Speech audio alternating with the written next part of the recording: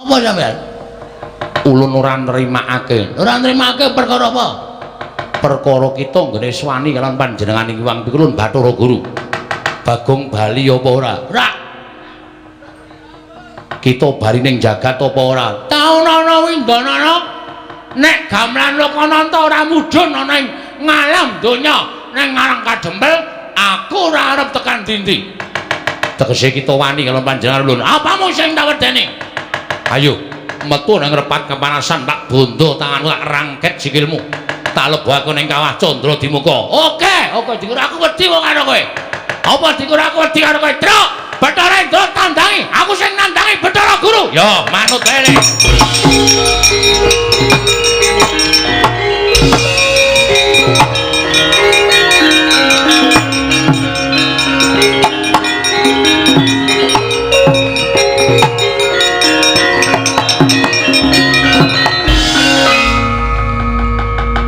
Ulun dawuh kelawan Indra kon ngundurke Bagong, kok Bagong ya pinter le gawe alasan. Isih tetep neng kene. Wah, cah pinter ya, cah cerdas. Ayo, arep ngopo saiki? Tak jagani nang kene pukul. Sampeyan iki dewa wis malak. Lho, Kancane tangane loro kok sampeyan papat dhewe. Dobel ya sampeyan. Senengane dobel ya. Biasane siji mungsuh siji sampean mungsuh loro wae wani. Lah edan. Ya mau dipati iki piye iki? Bagong. Nun, sapa niki? Ya Modipati. Dewa tukang jabut nyawa. Sampean rasa melu-melu. Apa dikira wau kula wedi karo sampean terus saniki sampean ngelekke karo kula terus aku dikira wedi karo kowe wae. Hah? Jabutan nyawane Bagong. Nek pancen iso jabut nyawane Bagong, pancen kowe dewa peng-pengan. Mulya wae. Kampleng sisan. Lah edan iki. Ngopo iki? Teko ora. Melu-melu lan iki kewangi karo kowe. Dawuh karo Diprang Bathara Guru supaya maringake ngambil. Ya kuwi gamelan Lokananta aku tak ureng-ureng. Aku nek nesu sapa-sapa tak ureng-ureng kok. Ora peduli ngewangi aku apa ora. Aku nesu ngene iki. Iki dadari wedhu iki.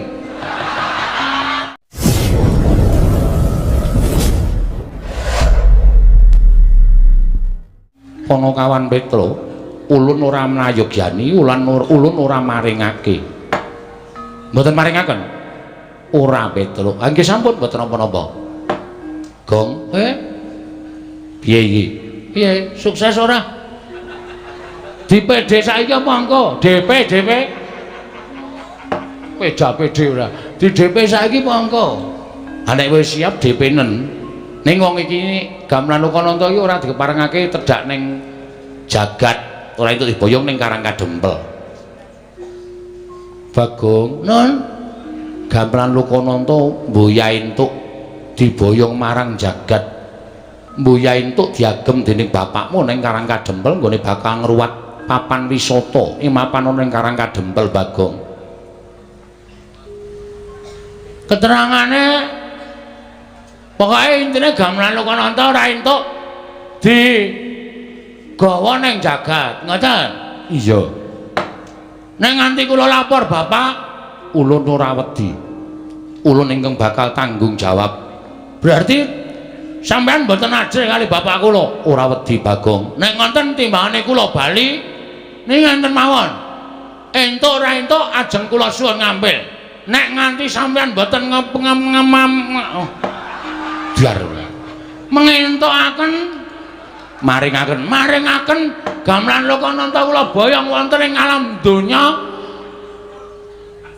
Ora ujan ora kaul. Noyah-nayah Baskara titi mangsa. Bagong mboten ajeng wangsul. Nadyan Bagong dikon wangsul, kula ora arep gelem. Nek perlu kula kudu tanding kali dewa-dewa sing do tata tirik-tirik teng mriki, kula ora wedi pikulan.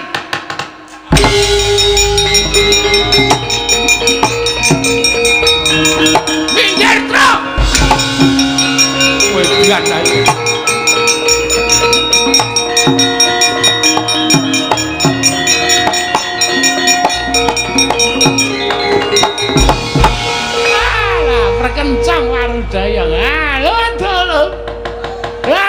edan tenan. Ning ngarepe dewa kok salto. Nandake nek aku ban kuning karate. Nyepelekke ora. Kanthi dasar apa sampean ora ngeparengake gamelan Lokananta digawa ning jagat? Mongko sing nyilih Bapak Semar. Ora ngono kuwi pukulun. Bagong ulun dewa kita ora basa. Wis ora peduli. Tak basanono nek menghargai mangkele Bagong ora wedi aku. Yen kita wani karo dewa apa kita ora wedi cemplungake ning kawah Candra Dimuka. Kulino aku nek dicemplungke jugangan wae. Kawah Candra Dimuka, Gong. Lah Candra Dimuka apa? Neraka. Wit. Tenane to? Tenan. Kuwi papan diku nggodhog wong-wong sing salah-salah kuwi diobong nang kono. Ora wedi aku. Lho. Gong, ora edan. Ora wedi. Aku kulino cedhak geni gedhe. Wong aku kulino ngobong boto. Ora wedi aku. Panas wis ora pempan karo aku. Yen ngono kita wani karo dewa. Sing tak wedeni apa mau Bathara Guru? Memper kaya ora ndek murid wong watek-watek akemu kaya ngono. Arep nganggo jeneng Bathara Guru iki nek ora tumindak sing apik mung disuwuni ngambil iki kelange apa ta? Kelange ana apa ta? Ora kela, mengko gamelan Lokananta tak kondurke ning kayangan wutuh sak kecere. Ora bakal ana sing cicir. Tabuhe ya wutuh, ora bakal tak ganti. Nggo ngopo aku? Aku ya duwe gamelan Lokodrim. Kamu Lokodrim kok tok pamer-pamerke kowe lha piye kempule kowe nek dituthuk iso kaya wong getah. He. Piye ra gleleng. Ning kempul tuthuk iso mubeng gayor. Kuwi ngenani ndase sing kempul. Wong gamelan wesi dipamerke. Paman-panen to mboten. Nek mboten entuk kula ora wedi. Kula nek ngamuk teng kayangan niku kulina. Pun paringke napa mboten pikulun. Tetep ora ulun paringake. Kepiye? Wah, Di, aku aturi angkat lho, Di. Bagong sampun ngantos mengatur menika mbok sampun ngantos bener menika damel kayangan menika geger. Nek kayangan geger men diamuk Bagong rak saru. Dipun presani dening para titah wonten ing jagat. Kepiye?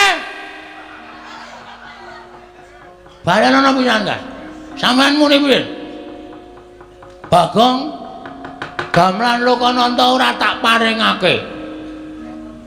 Kula saking mriki mencolot mriku menggunakan kekuatan tendangan tanpa bayangan. Sampeyan kena mesti muntah getik. Ya, Tru? Mbuh. Antel. Dewa-dewa sing ngarep do ngajak. Lho. Kowe kon tinggu kok malah ngadeg ora. Parang mboten Kulun. Tetep ora ulun paringake. Kula hitunge 3 kejeping paningan. Nek Kulun tetep mboten maringaken, mboten wonten wiyosing pangandika paduka Hyang Adi Kulun. Maringaken gamelan Lokananta dhateng Bapak Semar kula boyong wonten ing Karang Kadempel. Nyuwun pangapunten nek kepeksa Bagong mboten gadhahi tata krama wonten ing kayangan Bathara Indra.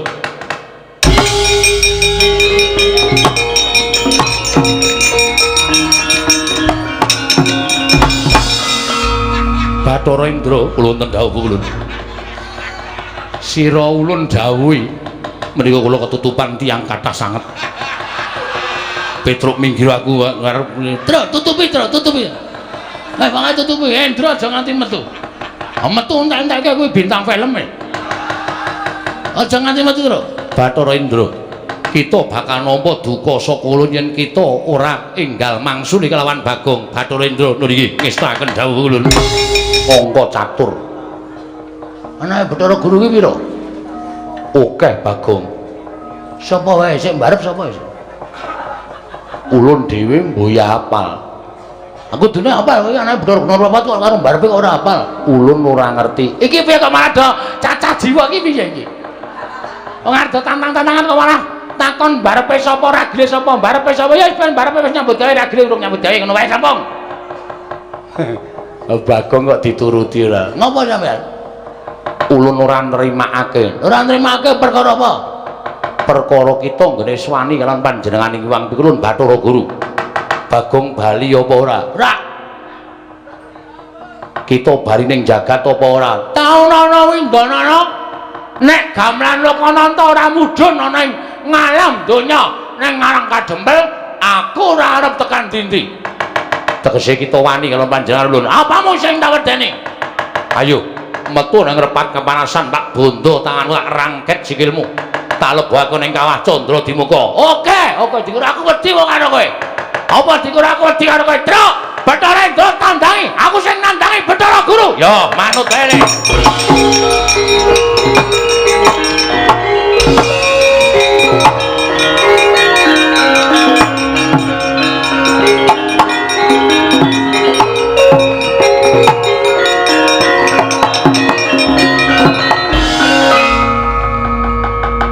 Ulun dawuh kelawan Indra kon ngundurke Bagong, kok Bagong ya pinter le gawe alasan. Isih tetep neng kene. Wah, cah pinter ya, cah cerdas ya. Ayo, arep ngopo saiki? Tak jagani nang kene pukul. Sampeyan iki dewa wis malak. Lho, Kancane tangane loro kok sampeyan papat dhewe. Dobel ya sampeyan. Senengane dobel ya. Biasane siji mungsuh siji sampeyan mungsuh loro wae wani. Lah edan. Ya mau dipati iki piye iki? Bagong. Nun, sapa niki? Ya Modipati. Dewa tukang jabut nyawa. Sampeyan ra melu-melu. Apa dikira wau kula wedi karo sampeyan terus saniki sampeyan ngelekke karo kula terus aku dikira wedi karo kowe wae. Hah? Jabutan nyawane Bagong. Nek pancen iso jabut nyawane Bagong, pancen kowe dewa peng-pengan. Mulya wae. Kampleng sisan. Lah edan iki. Ngopo iki? Teko ora. Melu-melu lan iki kewangi karo kowe. Dawuh karo Adiprang Bathara Guru supaya maringake ngampil. Ya kuwi gamelan Lokananta aku tak uring-uring. Aku nek nesu sapa-sapa tak uring-uring kok. Ora peduli ngewangi aku apa ora. Aku nesu ngene iki. Iki widodari wonten iki. Inggih, kula widodari. Wah, widodari ana sing parah. Apa kaya ngono kok widodari? Widodari iki jebul ana sing elek. Ha, widodari iki werna-werna. Ha, mburi kae widodari kok lemune ora jamak-jamak. Widodari iki mesti kaning wong wadon. Awak-awakane kudu ramping apik. Nek carane bodi iki biola. Kae bodi kok kaya bok. Pucuk bongkot ora ana nggih-nggihane. Engko ngopo kaya widodari? Ah ya wis ben, kae nggo nyediani dewa elek-elek. Kaya kowe kuwi. Hus. Kaya aku piye? Ulun arep kaya ngene iki widodarine sing ayu. Wah, dumeh dadi pengarep terus kudu ayu ra. Bagong aja kaya ngono. Badan, pokoke kula kudu tetep njaluk gamelan Lokananta. Nek ora diparengake tetep kula ajeng ngamuk teng kayangan. Kita ora wedi karo kawah Candra Dimuka. Mboten. Kawah Candra Dimuka niku ngerti karo kelakuane titah. Dadi nek umpama ana titah sing tumindake apik, cemplungke teng kawah mung merga saka karep sampean, merga sampean sengit karo titah wau, kawah Candra Dimuka ora ngobong karo titah mau. Mesti ora kobong. Nyemplung kawah ya kaya ning dedaratan, kaya ora kena geni. Ning nek pancen wong niku dosa tenan, ora usah cemplungke kawah. Deleke nggon pinggir wae mateng menungsane. Ning gandeng Bagong niki rumangsa kula ora salah. Kita salah mergo wani karo dewane. Mergo dewa sing ora adil karo titahe. Sebab apa sampean bedak-bedake karo Semar? Sebab apa gamelan Lokananta ora entuk disuwun ngampil karo titah? Ayo, wangsulan. Semar ki dadi titah mergo sampean sing menfitnah ning ngarepe Sang Hyang Pikulun Bathara Tunggal. Lho, kita malah ngerti. Ngerti wae, aku maca bukune. Bapane nyimpen buku. Autoglas. Autobiografi Semar Badranaya. Saka sejarah pertama niku sampean laire ndok, ngono ta? Ngerti ora? Sampeyan iku sing ragil dhewe dumadi saka kuningane ndok. Padha karo kula. Kula niki ya dumadi saka kuningan. Mula dados kuningane Semar. Ya jijiki jangan. Wong arek ting Cirebon sak penake dhewe. Ya. Putihane dadi Semar, kulite dadi Tommy. Tokok. Tokok. Tommy joget. Kulite dadi togok. Telu-telune anake Sang Hyang Bathara Tunggal. Merga nalika semana Sang Hyang Tejamaya karo Ismaya nedeng gladen peperangan, terus sampean wadul karo bapak sampean. Sang Hyang Bathara Tunggal, Kakang Tejamaya karo Kakang Ismaya do gelut kepengin dadi dewaning para dewa. Sang Hyang Tunggal duka. Eyang Sang Hyang Bathara Tunggal. Kita kok nyebut eyang. Lho, aku anake Semar. Semar anake Bathara Tunggal. Bathara Tunggal ki Mbah Kakung. Dadi aku iso nyejarahke, kula iso nyejarahke. Sang Hyang Tunggal murka. Kok dadi kaya ngono pakartine Tejamaya karo Ismaya. Diperpeki wong loro niku, Semar kalih Togok. Ning jaman semana jenenge Tebok Maya karo Ismaya. Iya. Terus dikon mangan pagring Gunung Pagring Jagat sisih kulon karo Gunung Pagring Jagat sisih wetan. Togok berusaha mangan nganti cangkeme diambak-ambakke suwek. Semar niku duwe go partikel, gunung diserot, mula wetenge kebuak brongkahan niku. Nek arep nggo uruk mang bedel wetenge Semar.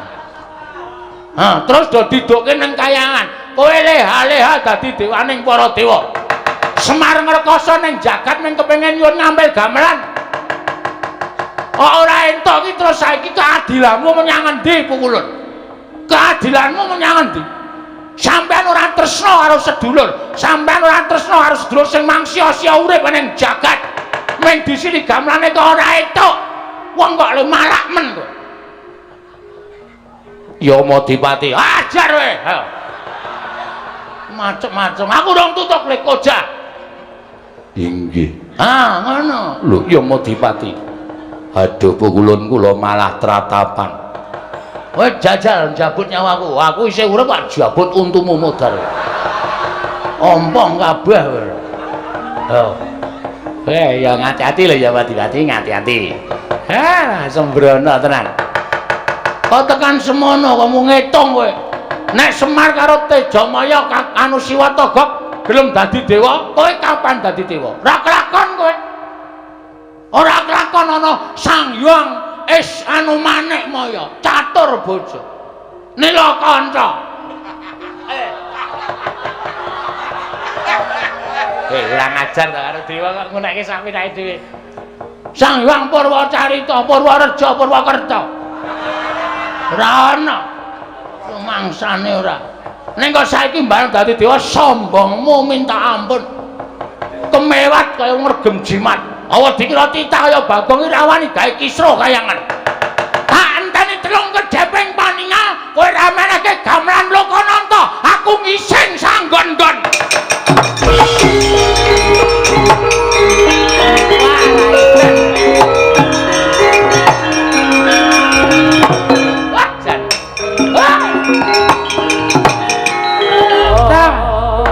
Ancamane njijiki lho. Tobat. Lah nek kelakon apa ora teng-tengan kabeh. Lah menika lho kula ngajaripun kalian Bagong menika. Wong Dugal kewarisan sak kepenake dhewe. Ning tumrap kula suarane Bagong menika dadi wakiling para kawula ingkang mapan wonten ing Janaloka. Lah ya kuwi. Nah, di guru menika ya dipun suwun pados maringaken gamelan Lokananta iki ora kersa iki lho malah. Tumrap kula ingkang nyumet dhateng kamontraning kayangan ndadosaken geger menika paduka diprawesti Bathara Guru piyambak. Kakang Rada, menawi panjenengan sampun paring dawuh tunggak waru godhong dadap mboten melu-melu lan mboten melu nggarap. Ala becik bener lumput bejo cilaka bungah susah. Kula ingkang nanggel. Nggih, ngaten kula semanggaken. Ya Modipati wonten dawuh. aja wedi kangelan lan aja samar lawan apa ing katindakake dening Kakang Ismaya. Bagong lawan Petruk dirangket. Sawise dirangket pasrahna lan panjenengan ulun-ulun dhewe ingkang bakal nyemplungake nang kawah Candra Dimuka. Nun ngestaken dawuh. Nyuwun pamit madal pasilan sing ati-ati aja kaya bocah cilik. Kakang Narada, prami sampun paripurna pasewakan penyarian kula wonten timbalan Bukulun. Budalna ingkang padha seba ingsun kundur ngedaton. Kula nun ngestaken dawuh. Nyuwun pamit madal pasilan sing ati-ati aja kaya bocah cilik. Penyarian Petro kantong bolong Pukulun Sang Hyang Bathara Indra kowe titah ingkang nyula wetha wani nantang karo Bathara Dewa wani gawe geger kayangan Suralaya apa wis serep nyawamu nyuwun pangapunten tinimbangane kula wangsul didukani kalih bapak namung kepengin nyuwun ngambil gamelan Lukananta ewa dene para dewa kok mboten maringaken lah niki kula sing rumang ngrasake nek para dewa niku mboten adil. Pun kula sejarahke. Bagong wis nyejarahke, ta Gong. Dumadine bapak, dumadine Siwa Teja Mantri, dumadosipun Pukulun Sang Hyang Manikmaya. Tak kira mboten luput napa sing kula aturake sipun Pukulun Sang Hyang Bathara Guru. Ning tetep mboten maringaken wujuding gamelan Lukananta nyuwun pangapunten. Arepa Petruk niku persasat mangke remuk disawurke putung dibandemke teng kayangan ning bapak ajeng kula labuhi pati yen ngono enteng karo patimu mboten enteng sebab napa pati urip niku sing gawe sing kuwasa mapano tak bondo tak krincung sikil lebokke ning kawah Candra Dimuka carane sapi mang jagariyen Bu Kulun nek kula wis ora iso obah ora iso ngrawat mang bondo tangan kula mang krincung sikil lho gene marganing patimu nuwun sewu nek kula wantun kalih sampeyan.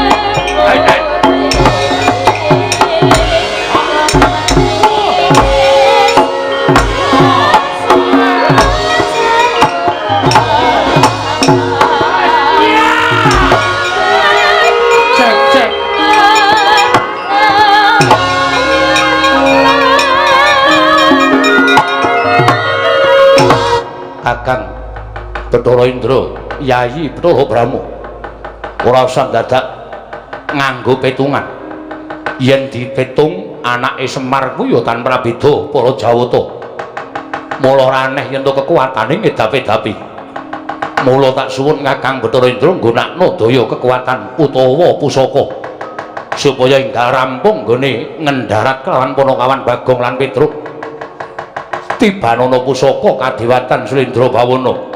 Yayi yen pancen kaya ngono kang dadi ngendi atur ing sadhi kelawan Kakang Petruk lan Bagong bakal tak tegani tak tibani pusaka ora lumpuh.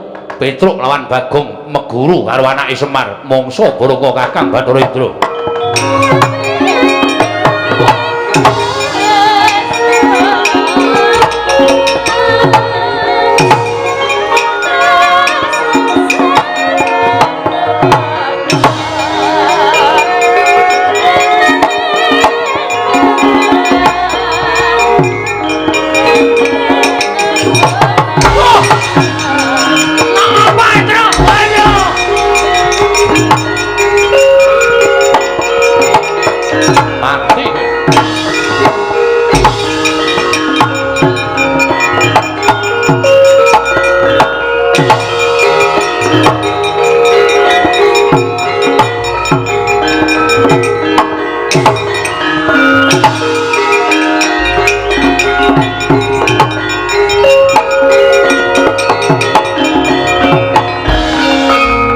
Mati kok. Hah? Mati aku. Kaya kena jemparing dadaku kok. Kekuatanku ilang kabeh ya kok. Aku iso omong ngene iki ning ngobahke jenthik wae ra iso. Aku ya ae. Semuk dadi lemes kabeh ngene iki. Kowe nggo obat kuat ra? Ora nggowo. Men iso obah. Obah wae aku wis seneng lho jane. Ayo Sambato. Kena daya kekuatan pusaka Kaendran ora lumpuh aja tundang Bathara Indra Petruk. Lah sampean sombong. Sampean umuk. Ayo nek wani tangan kosong. Truk. Awar madhep rono angel. Otot bebayu kaya ilang kabeh iki piye iki?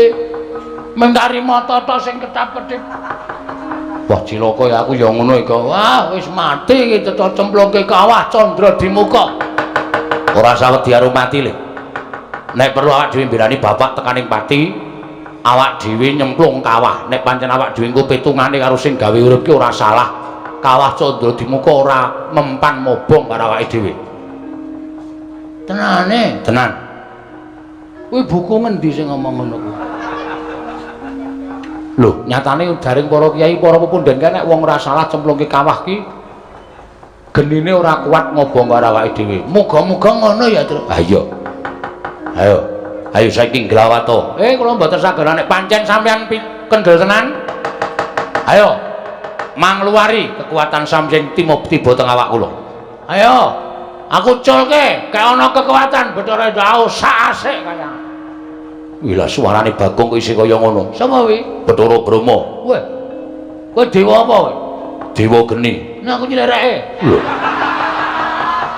Dewaning geni kok cilirek. Mesti kowe kejaba kuwi nggo gas bareng ta kowe? Wah, Bagong ki pancen omongane nganyelake. Sapa kuwi, Truk? Bet ketoke ya Madipati aku nyawang saka kene kok sandangane. Kae rasa kon melu-melu kok njabut nyawa cilaka, Truk. Ayo Sambato kowe ora iso glawat tak jabut nyawamu. Wis aja kesusu ya Madipati nek ora mau dadi jabut ya. Bagong. Pancen cangkeme elek kok Bagong ora. Wis kowe ora iso glawat tak bondo tak krincung sikilmu. Kowe tak bondo tak aturake wang pikulun Bathara Guru nampa pidana Petruk. Pun kula saniki wis ora iso apa-apa. Mang napake ora apa-apa. Truk. Kirim SMS karo Semar. Lho, tanganku ora iso obah lho kok. HP iki ning ngesak, ning ora iso obah. Nek iso aku kirim SMS karo bapak, Pak, aku tulungono bapakmu sing munggah kayangan ngamuk. Piye ya carane iki? Ha wis sak pasrah wae iki ora iso piye-piye iki. Wah, cilaka tenan iki. Mati tenan awake dhewe. Ora usah nangis, ora usah nangis. Rasa nangis dasmu. Anakku cilik-cilik. Anakku sing cilik dhewe iki lucu itu. Iki aku ngerti kaya ngene iki aku ora melu. Gong. Belani bapak iki diantepi rasa gembeng. Oh, cah jiri ora. Ora bojomu ora ya isih to ora ya dopeni bojomu to. Gareng urip itu. Lah ngopo? Ora ngerti ta. Gareng ki seneng karo bojoku.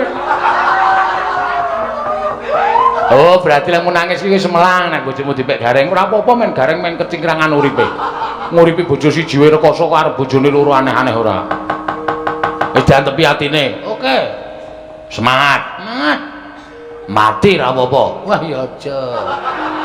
Mati ora apa-apa. Ora apa-apa diantepi wae. Yai Bathara Brahma Yai Bathara Yamadipati. Petruk dibondo tangane Bagong, bondo tangane aturke Sang Hyang Jagat Kirinata. Ya ngestoke dawuh Kakang Bathara Indra.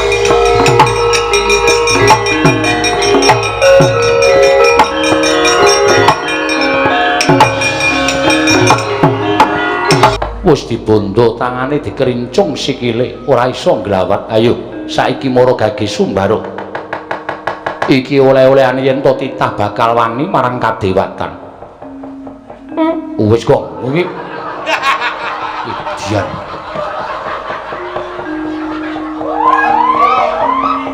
Bathara Indra wonten dawuh pukulun kok ora mbok plotot wetenge. Ing ngatasé ning Bali Marti Kundha manik. Asem aku mampu dhewe, Truk.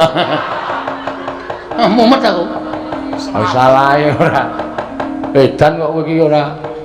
Wis pokoke mumpung arep mati tak entek-entekke.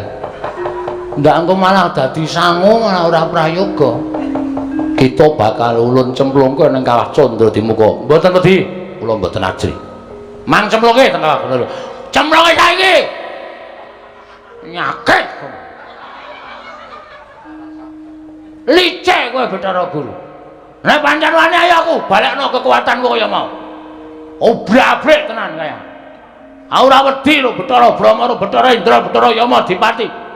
Ora wedi kabeh aku. Ning caramu ora kaya ngene iki lho. Gong. Ora kuat heru kok. Oh. Tak kira nek Bathara Guru. Ayo, balekno kekuatanku. Nek pancen kowe wani, balekno. Ora wedi karo sapa-sapaku. Heeh. Sampeyan ora maringake gamelan Lokananta, tetep kula kalih Bagong ajeng ngamuk teng Kahyangan Suralaya. Tetep kula ajeng ngamuk. Kita nadyan sumbar kaya ngapa ora bakal bisa nglawat. Sumbara petak aciya-ciya. Wah, basa Korea bareng. Apa, Geng? Basa Korea. Petak aciya-ciya. Iki basa sastra Jawa iki pidalang biyen iki sok muni Sumbara petak aciya-ciya ngono kae. Tan ciya-ciya. Ciang bulu cuek-cuek ciang-ciang. Nedyan. Bathara Indra kula wonten paring dawuh. Aja nganti digawe macak. Kowe terus arep dipacak ora. Kuwi basa Jawa iki. Panakawan sak karone iki cemplungna ning Kawah Candra Dimuka. Terus wis to meneng. Santai. Santai piye? Mati tenan iki, Truk. Pokoke pasrah, ikhlas karo pasrah. Oh, alah. Ra mulih tenan iki aku, Truk. Wis ra ketemu karo sayangku. Citra.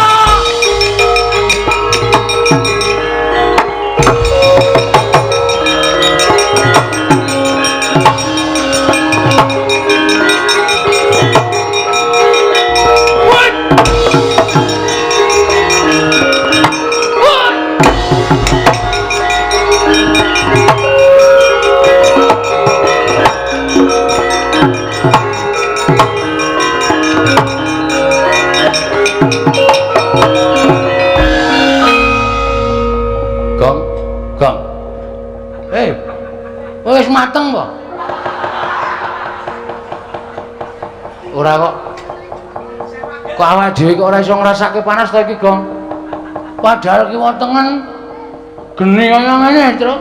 Heeh. Teng jlerit ora karu-karuan teng brengok. Nyawa disiksa pirang-pirang. Tanganmu iso obah ora, Le? Iso. Coba ngadeg kok. Wah, gene kok iso ngadeg. Malah waras sih. Ayo. Wah, ayo ngendi-endi geni. Ayo ki sing jeneng Kawah Candra Dimuka. Wih diantruk. Kan ana wong dikethok ilate bolak-balik kok. Kae wong gaweane goroh. Ngapusi. Berarti aku sok ngono kae ya, Truk. Aku sok goroh ra. Medeni tenan. Kae wong kok sirahe dipalu. Pecah, gathuk meneh. Palu pecah, gathuk meneh. Kae wong sing pikirane wong pinter ning dienggo pinteri wong liya. Udan ana wong matane dicubles paku sok kae, Truk. Kae gane wong injen. Aduh. Ngopo kok aduh? Aku kulinae. Aku kuwi karepmu kowe. Aseme bojomu barang tak injen kok. Kok warna-warna ya pasiksane ya, Truk. Kaya ana sing di slamet wetenge mangan barang haram. Oh, mangan iwak-iwakan sing ora entuk dipangan kuwi, dipangan iki wetenge disumeti kaya ngono kae. Wedan. Oh, kaya ana bokonge disodok. Disogok nganggo apa jenenge iki? Apa jenenge wesi kae, Truk? Kae gaane ngentut sak nggon-nggon. Aku ono kabeh ya. Berarti pasiksanku ngedeni ya, Truk. Oh, medeni. Mripate dicoblos, ta wis sok nginjeni ya. Sok goroh, lambene ketok ilate. Wah, nyemelangi ya. Nek ya ana sing kae diobong murup malah guyu cekakaan. Diobong murup guyu cekakaan. Kae saking dosane ora iso di ngapura nganti dadi penghuni neraka. Dadi jin, dadi setan. Kae serang ngrasake lara kae kaya ngono kae. Mergo saking jahate. Ketoke kowe brek. Duapure ora. Aku ora ngopo-ngopo. Sing kono kok ketok ya.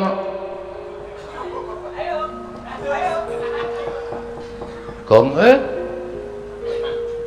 iki cah cilik kok dosane akeh banget. Kamplang mencrat. Ora ngerti iki sapa iki? Sapa iki? Sang Hyang Bathara Wenang. Mulai dhewe cemplung kawah ora apa-apa iki mergo ana iki. Waduh, pemadam kebakaran. Waduh.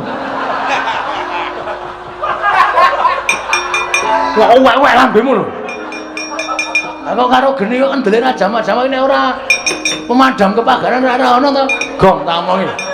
Pemadam kok pematang. Pemadam kok kowe tak omongi. Kowe mau iso crita Sang Hyang Bathara Tunggal. Heeh. Ya ta? Heeh. Bathara Tunggal iki sapa? Bapane Bathara Guru, bapane Semar, kuwi kambah kakung awake dhewe. Heeh. Lah iki bapane Bathara Tunggal. Wo. Kakek buyut. Heeh. Ora kakek buyut niki sesembahaning para yai wong-wong dewa Bathara Guru nyembah karo iki. Kok cilik to? Ayo ben. Cah SD kok pintere ra jamak-jamak. Cah SD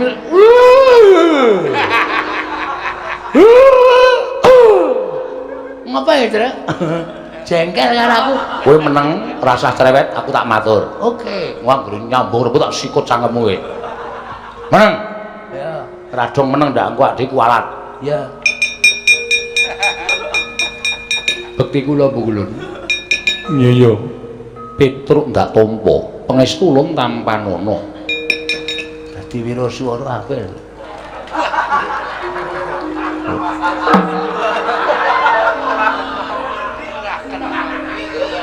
Cilik kok suarane gandem. Dadi MC wae, Truk. Bermiarsu. Ana wae lunga ana kok cedhak sing dikethok ilate ki. Gah. Ngono ilatku malu dikethok. Aku iki cerewet kok nang ngene. Meneng ae to. Bekti kula bukulun. Iya iya. Wah iya iya.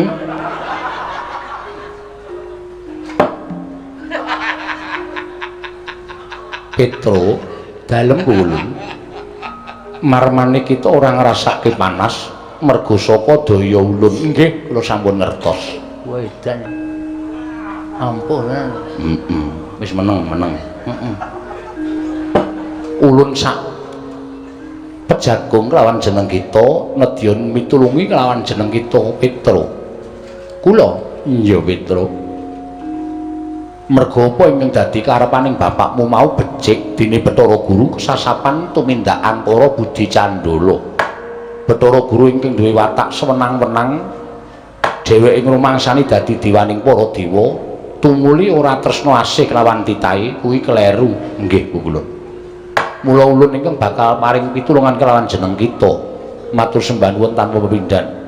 Nanging sadurunge kita ayo ulun entasake sapa ing kawah Candra Dimuka kita ulun kanthi ana ing Ngundaran Dirbawana Petruk. Sakmenika iya Petruk. Ha nggih derek mawon.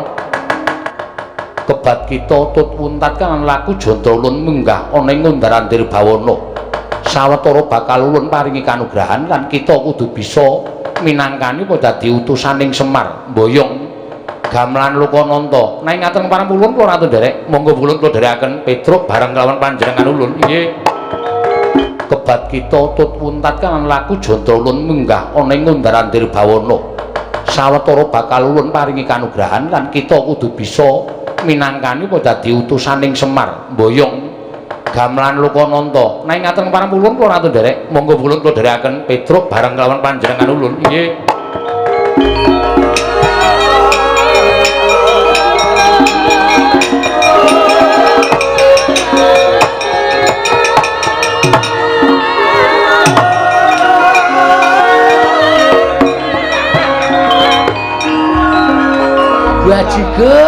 Bajigur. Petruk iki ora sadar ya. Petruk iki hilang ingatan ya. Nek nggawa aku. Dijak karo si sama mau cah SD mau. Petruk ayo nang kantor kepala sekolah monggo kula dherekaken.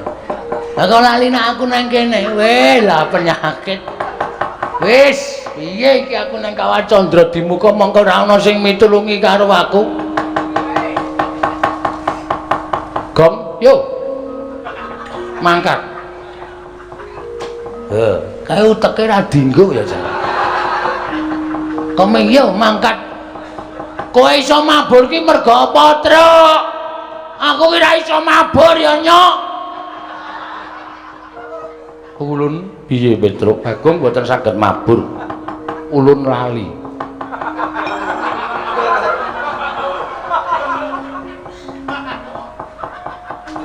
Kae ngopo cacile kok ngambung bathuk barang. Wis dinehi kekuatan mabur sak goblok. Timblis kok kene modar ora. Yo.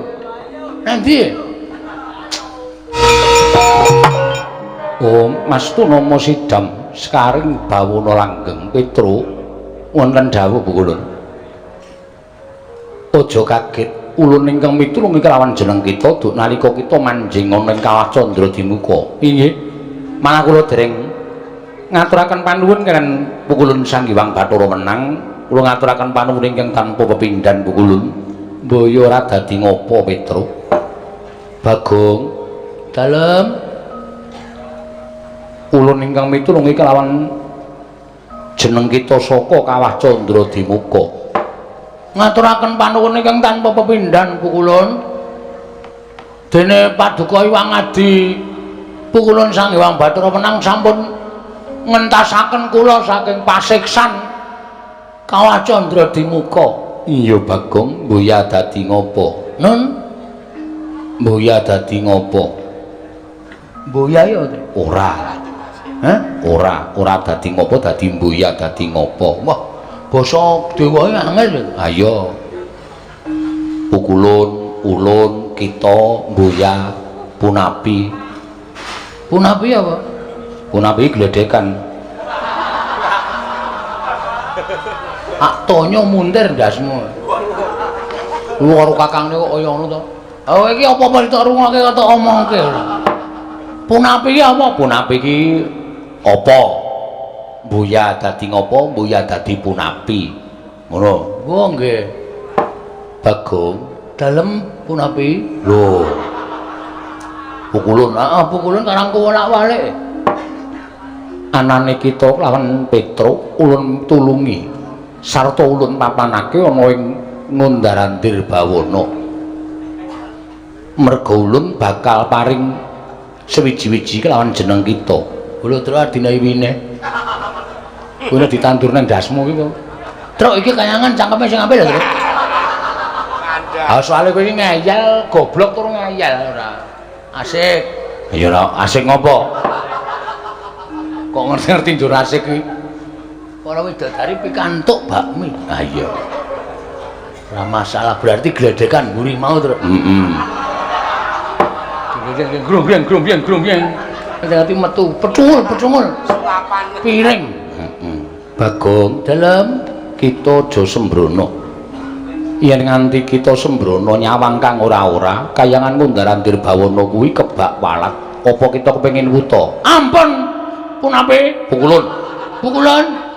Kula namung mboten sengaja pukulun. Iya Bagong Petro, wonten dawuh pukulun. Ulun Jarwani.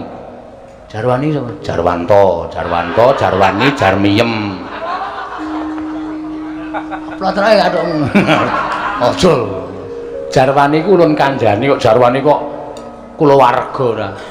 Angel tenan aku ora paham nangkap kata-katane pukulun Sang Hyang Bathara Penang. Merga ulun Darbi Wahyu. Oh, Wahyu pukulun? Iya. Kang aran Wahyu Pamong Praja. wah. Satpol PP, Truk. Ya Wahyu Pamong sejati. Oh, pamong sejati. Iya. Sapa to ingkang wajib nampa kejaba amung jeneng kita Panakawan Petruk merga ing antaraning Garing Petruk lan Bagong kuwi ingkang sayekti dadi pamong sejati mau mung Petruk kelawan Semar. Ngrungokke ra kowe. Aku jaluke Wahyu, Truk. Bagong yen kepengin wahyu iki isih ana sisa siji. Wahyu ingkang urung ditampa dening titahe ya kuwi Wahyu Nelangsa Utama. Niku kekuatane menapa, Lun? Yen kita nampa Wahyu Nelangsa Utama sakjroning saksuwening urip kita bakal urip nelangsa kanthi ora ana pedhote. Pun mboten kedulungan Wahyu, mboten patheken. Mane entuk Wahyu Nelangsa Utama mbok ya wis. Sawise kita nampa wujuding Wahyu Pamong Petro, mengko kita ingkang kudu ngapokake Bathara Guru. Saranipun wong nyatanipun kula menika kawon kaliyan para dewa. Nek mboten panjenengan bantu, kula tangel lamun iso gawe wiranging Bathara Guru sing pun gawe sengsara kula kalih Bagong. Ulun ingkang bakal gawe srana sing wigati kita tampa dhisik Wahyu Pamong sejati iki Panakawan Petro. Menawi kula mengaten kula namung kantun nderek pukulun monggo ratri maringaken Mara Gage Tampanana Panakawan Petro.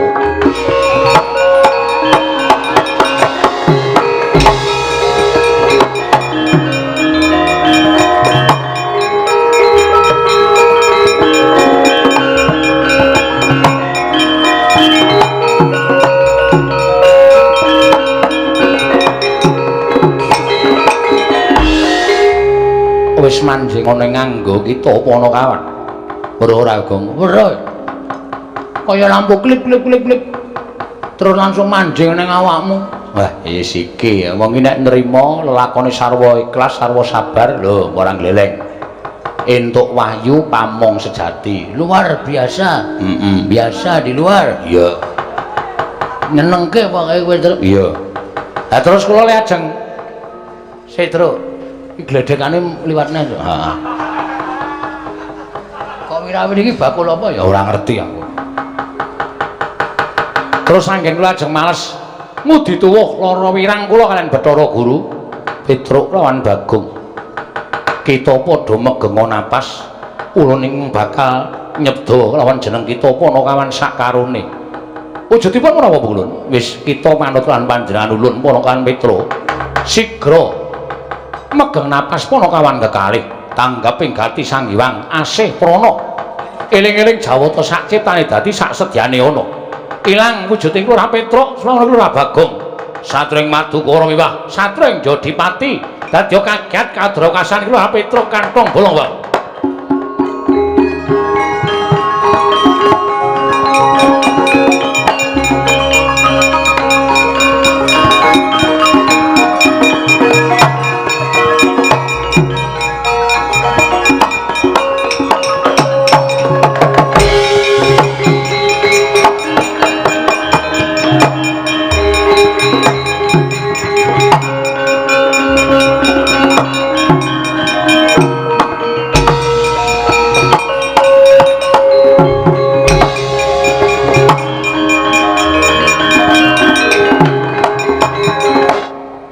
kita wis salin wujud Panakawan. Kula wujud menapa kula? Petruk wujud Raden Janaka, Werkudara utawa Bagong wujud Raden Werkudara. Waduh. Dek. Delokna aku, Truk. Wah.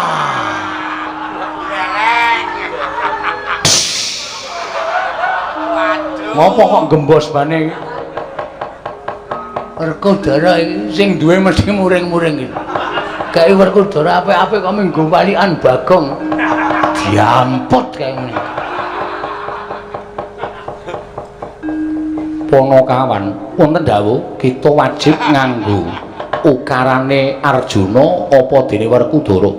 Werkudara sak suwene uripe ora nate lungguh ngisor. Lungguh dhuwur, Gong, ngadeg, Gong.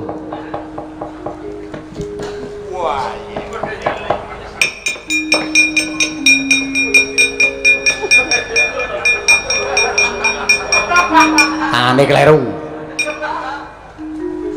Sudu Iya.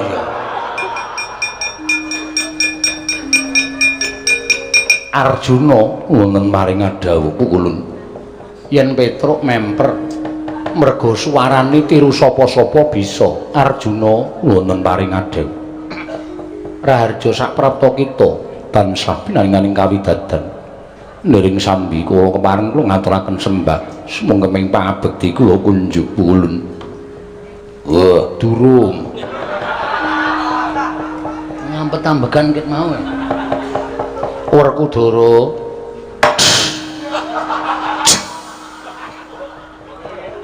Kok kaya truk ngerem ajeg. Werkudara.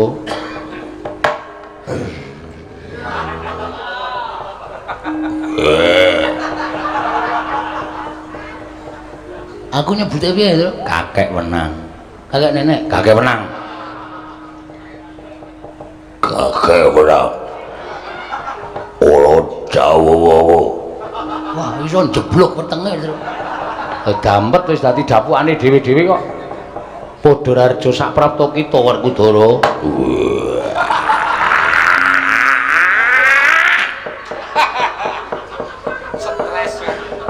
Sapi ayuane kawidadan der ing sapi kula. Wah, kakek nenek di mana?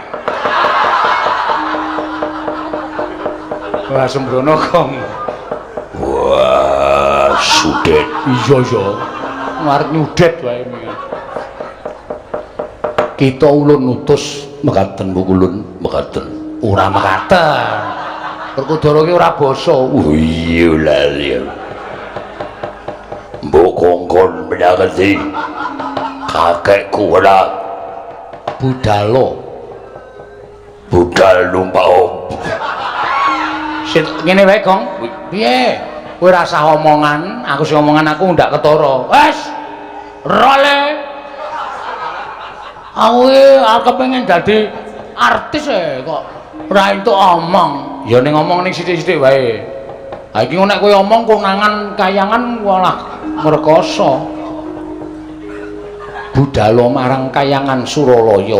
Wah. Jelambrong.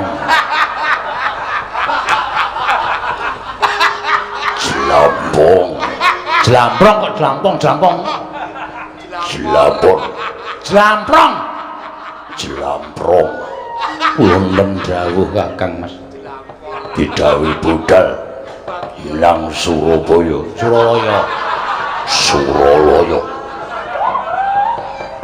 Ayo padha budal saiki.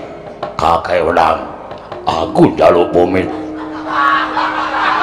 Nggo momiti lambutmu iki wae. Njaluk pamit kok njaluk pamit ora. Apike kowe wae terus sing ngomong aku lha kleru terus. Maitra mekaten kulun kula nyuwun pamit. Surtiti ngati-ati. Duga-duga digawa. Kebat kita budalo kapokno Bathara Guru non ngestaken dawuh nyuwun pajanipun Kakang Semar. Ya. Sinten Kakang? Lah kok dadak tambuh apa ora tekan kene anakku? Petruk karo Bagong. Sing tak utus nyuwun ngampil ya kuwi gamelan Lokananta. gamelan Lokananta tak silih sedhela wae ning Karang Kadempel. Lah ming tak utus supaya nyilih gamelan Lokananta lah kok dadi anakku sakarone ora bali iki do nendi. Anakku sakarone ora bali kuwi do menyang endi? Nuwun sewu. Kakang Ismaya sampun ngantos kejoting penggali kula badhe waloka. Iya, kowe arep jujur piye?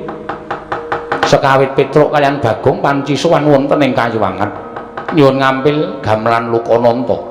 Nanging trekahipun Petruk kaliyan Bagong ing nilar tata krami wekasan kula yumutaken boten ngego tumunten dados dukanipun para Jawata anak-anak kula sedayanipun boten tarimah menawi Petruk kaliyan Bagong tumindak boten mawi tata krama lan unggah-ungguh wonten ing Kayuwangan. Tumuli lajeng dipun rangket dening para dewa anak-anak kula ing kapandhegan ingkang putra pun Bathara Indra. Sedaya sami nyuraosaken sarta munjuk atur ngersanipun ingkang rayipun Manikmaya. Kelepatanipun Petruk kaliyan Bagong menika sampun boten saged dipun paringi pangapunten. Kedah nampi paukuman dipun cemplungaken wonten ing kawah Candra Dimuka. Kakang Ismaya kula nyuwun pangapunten. Dene putra-putra panjenengan Petruk kaliyan Bagong sak mangke sampun mapan wonten ing kawah Candra Dimuka. Lah kok iso piye kuwi?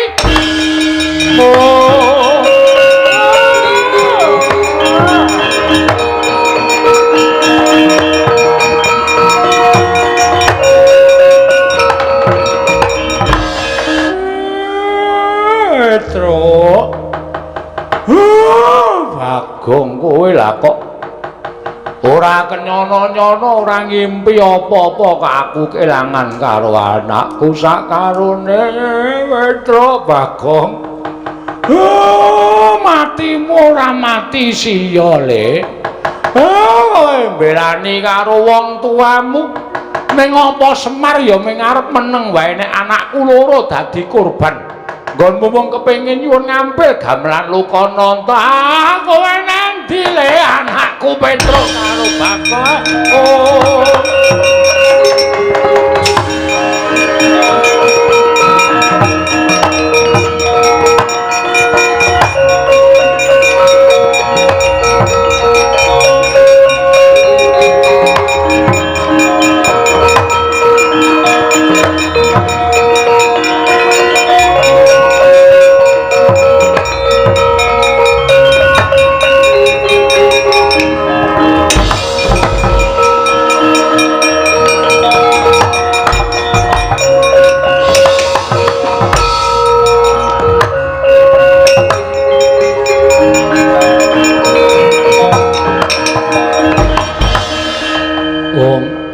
Mastu nama sidam sekaring bawana langgeng iki kaya wayah ulun panengah Pandhawa Arjuna kasinggan mekaten mulun kula ingkang wayah pun Arjuna kepareng kula ngaturaken sembah pangabekti kula kunjuk yaya ulun tampa pangestu ulun tampanana Janaka kula pun dinggo jimat pariping dayanana ing kasantosan Werkudara padha raja sak prapta kita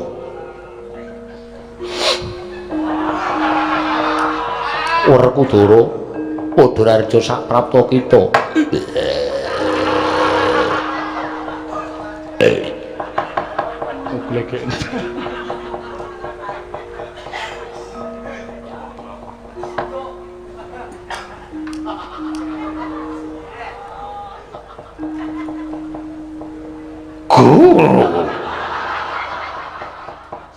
Kakekku, aku aturake basaku atur.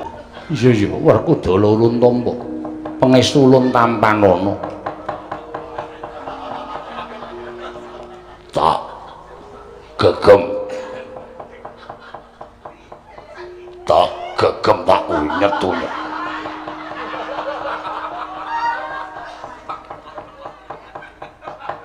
apa ta wigatine jeneng kita sowan Ngabyantara Bul tembang ngrawat-rawat bintombok bakul sinambi wara Kakang Semar badhe gadah damel inggih menika ngresmekaken papan ing mapan wonten ing Karang Kadempel papan panging garing-garing penggalih para kawula.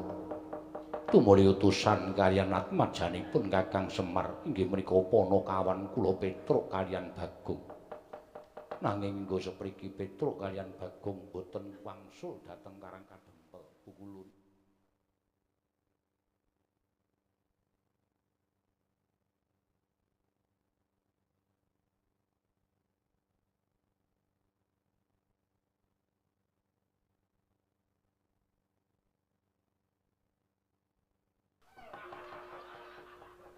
Ngucap Kang Ngucap. Dadan aku liwat bakal marsal kawula dhateng bayi. kita omong apa? Wah, Bathara Guru kok kupinge dipresake. Ora krungu omongane tik. Arjuna wonten paring adhawuh, aku tak guneman kelawan jeneng kita wae. Rumangsa ora dong lamun guneman kelawan Siwerkudara. Pareng paduka Pukulun.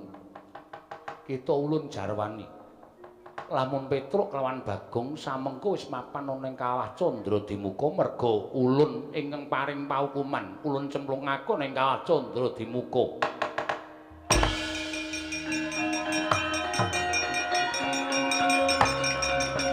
Kakang Mas, sabar Kakang Mas. Kakang Mas sabar Kakang Mas. Kakang Mas sabar. Sabar kula aturi sabar. Kula aturi nyiram mawi tirtaning kesabaran. Gogo karepe dhewe. Kakang Mas kula aturi sabar. Ulun mboten nginten menawi paduka mentala dhateng Petruk kaliyan Bagong. Ing mekaten kula mboten narimakaken menawi paduka Pukulun mboten paring panggesangan kaliyan Petruk kaliyan Bagong sampun mapan wonten ing Kawah Candradimuka. Klilan ana kula badhe ngamuk wonten ing kayangan. Wah, aku ya arep ngasur. Ngamuk. Aku ya arep ngasur nek kapur nek kayangan. Wah, udet-udet.